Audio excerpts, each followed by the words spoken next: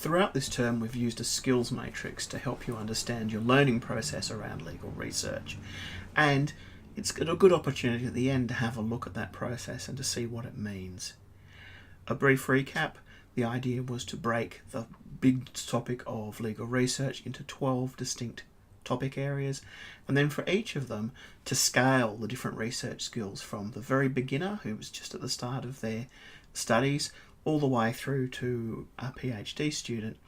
And that gives you an opportunity to try and assess your own skills, to look at those questions and to match your skills at whatever level, but also then to set your own objectives going forward as to, well, this is where I want to be at the end of the course. This provides an opportunity not only for you to think very clearly about what those skills are, but also to recognise that different people are at different skill levels. Some of us will start out at more advanced in some things, but not as advanced in others. And this is the idea behind this is to allow you to try and provide a sense of balance to these, and to understand that some things you might want to go further than what's required at your level, and that's great. But for other things, you might realise that you need a bit of extra work to catch up. So what does this model mean for you as a learner and for the future? Well, part of it's a different way of thinking around education. You've probably found that in the past your learning has fit into one or two kind of general models. One is the compliance model, which is here is a minimum standard that we expect you to achieve, and we want you to show that you can achieve that standard, and then we'll tick the box and you can pass on to the next stage. The other model is sort of the excellence model, where we set these high expectations and say, this is our Mozarts or our Einsteins, and we want you to aspire to be great at this. And neither of these really provide much subtlety or moderation if you fall somewhere between those poles. And possibly what's worse about them is that they're very much focused on the teacher and the learning environment, not on you as a learner. And it very much hands over responsibility to the environment to say, well, if I didn't learn something, it was because I had a bad teacher or a bad school or whatever, and doesn't really focus on what you're doing as a learner and what you want to get out of it. So the idea behind the skills auditing approach, and this has much in common with what you will be using throughout your career as a learning model, is that transition away from learning being something that's done to you by external forces to something that you're actually self-motivated to do. So it's a move from the old model of pedagogy, which is learning for children, to an adult lifelong learning model, which is based on your own choices about what it is you want to learn and your own sense of responsibility and control over your learning. So hopefully this model has not only given you some ideas to think about in the way in which your learning progresses, also some standards to think about going forward in terms of further studies and what you want to do in your professional career. But I think it also gives us some different ideas around education that can be quite helpful. So here are a few random takeaways from the use of this model. First of all, it's important to be strategic about what you want to get out of any particular learning experience.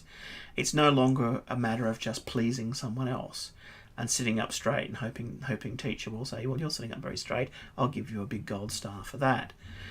In life, it really doesn't matter what other people think of you in the big picture. What really matters is what you think of yourself and whether you believe you are achieving to the level that you desire. Now, we're not always going to want to be high achievers in absolutely everything, and we see that in our law studies. There are subject areas that we basically could care less about. We need it for qualification, but we really never want to look at that area again, and that's fine. But we need to have some things that drive us forward, that motivate us, that we want to excel at if we want to be happy as a professional. Otherwise, we might as well be doing something that's mechanical, that's easier to do, and then possibly would pay better than being a law graduate. So even in a situation where there is someone overseeing what you do and ticking off your work and signing off your work, don't see that as the goal. I mean, that's an important measure along the way, but your goal is really to do better, to improve your skills and to do your best work, not necessarily to win the approval of someone else. Okay, next point. Avoid the compliance mindset that is very much endemic in a lot of modern education, which is all I've got to do is just learn this and I can get through it. It's a very disempowering way of thinking, and it's also very dispiriting. And we know there's been a problem with mental illness and well-being in the legal profession, and some of it stems from this idea that all law is just about getting to that next point, getting through the next thing, getting that next paycheck, getting that raise, or getting that new job. And the problem is these are again all external things, and these things don't actually create happiness. And in fact, this can be the source of great distress for people who do manage to get to the point in their careers when they're succeeding and they're getting by, and they find that that is meaningless. So I think if we can avoid that compliance mindset from the start in as early as we can in education, then hopefully we can focus really on what we want to do and where we want to go as lawyers. And we've got lots of different options as lawyers. There's lots of different legal careers that are open to us in traditional, non-traditional, new emerging areas. So then we avoid that whole idea that life is just something that we're on a treadmill and we're just getting through it, because life is finite. We are all only on this world for a very short period of time, and it's essential that we do what we can in that time to enjoy our time here. And if all we're doing is saying, just got to get through another week, just got to get to another paycheck, that is not a good way to live, and that's not a healthy way to live. And it's the same with our learning. If all we're thinking about our learning is we just have to endure this to a point where something else will happen, you'll find that the time will just get away from you, and you'll realize that you're not living for yourself, you're just living for these sort of goals. Speaking of goals, another important thing about learning is setting clear goals. Ignore what I just said about not having goals. No, goals are good if they're goals that you're set for yourself, that are not just this, I need to comply with this to get to the next stage. So it's important to set goals for yourself, and not resolutions, not the I'll do better, the New Year's resolution idea of, I'll drink less this year, I'll get to the gym more, I'll be nicer to my neighbours.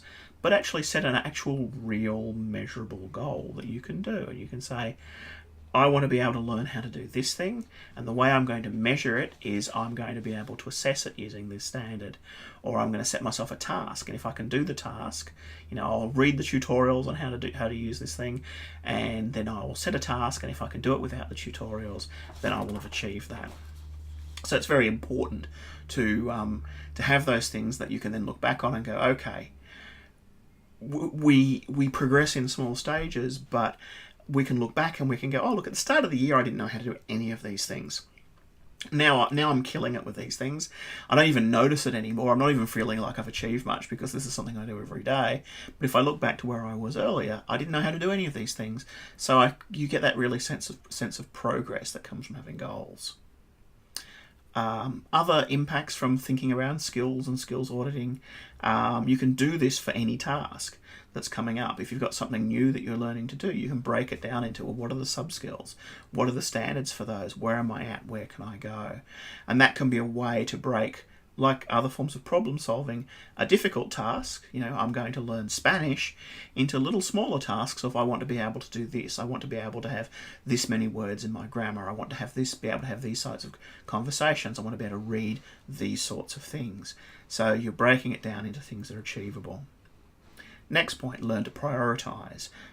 Don't try and solve the hardest problems first. Set yourself some of the smaller, easier problems that you can get out of the way. And that way, you're not trying to do everything at once. And you're actually able to measure some kind of success along the way and get that feeling of progress. Next point, when you're learning anything, try and find the optimal learning zone. That's the not too hard, not too easy. You need to feel challenged all the time. So you're not learning anything if you're just repeating something that you know how to do really easily. You're also not really learning if you're really, really struggling and you don't really know what you're doing and you're just keeping your head above water. There's a proximal zone between those two things where you're not comfortable, you're feeling challenged, you're feeling like you're not really knowing what you're doing, but you have a foundation of skill in that area. So if for anything you learn, it's about finding that sweet spot. And sometimes what we do wrongly is we think we'll learn just by repeating things we already know how to do.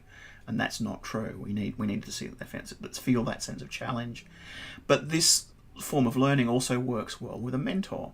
We're having an instructor can help, or someone you can ask questions with can help. So you're always challenged, but you feel the support of someone who's there. Even if you don't ever use them, it is very useful to be able to go, look, you know what, if I get into trouble, I can always ask this person and they can help me out. And the final thing I want to talk about in terms of learning, and this is really moving on from this whole idea of these skills inventory, is that learning works best when you're in a state of flow. And that's when you have no distractions, you're fully immersed in a task, and you're actually able to really focus on the task itself and think critically about it without a lot of other things going on in your mind. So don't attempt to multitask.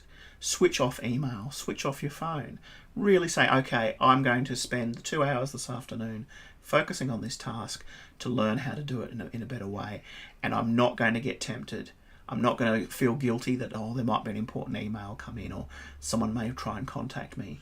Put your out of office message on and say you're not going to be available till 4 o'clock. Whatever it takes, enter that state of flow. The research is pretty clear on multitasking. There is substantial cognitive switching load that goes on when you try and move from one task to another. People say, I'm really good at multitasking. Chances are you're not, because no one is. You might be someone who is better at handling pressure than other people are. That's possibly true, but that doesn't mean that pressure is helping you learn. So if you can actually get into the state of flow when you're learning something, whether it be a language or a sport or a new legal research skill, that's the point at which you're actually really being able to make the most of that. So there's a few tips there, a few things to think about, but I think the most important message here going forward is, as you're learning and you're taking on new learning activities, make sure you're very overt about the way in which you do it. Make sure you've got you're doing it for the right reasons, and you're going to make the most out of all those opportunities that come your way.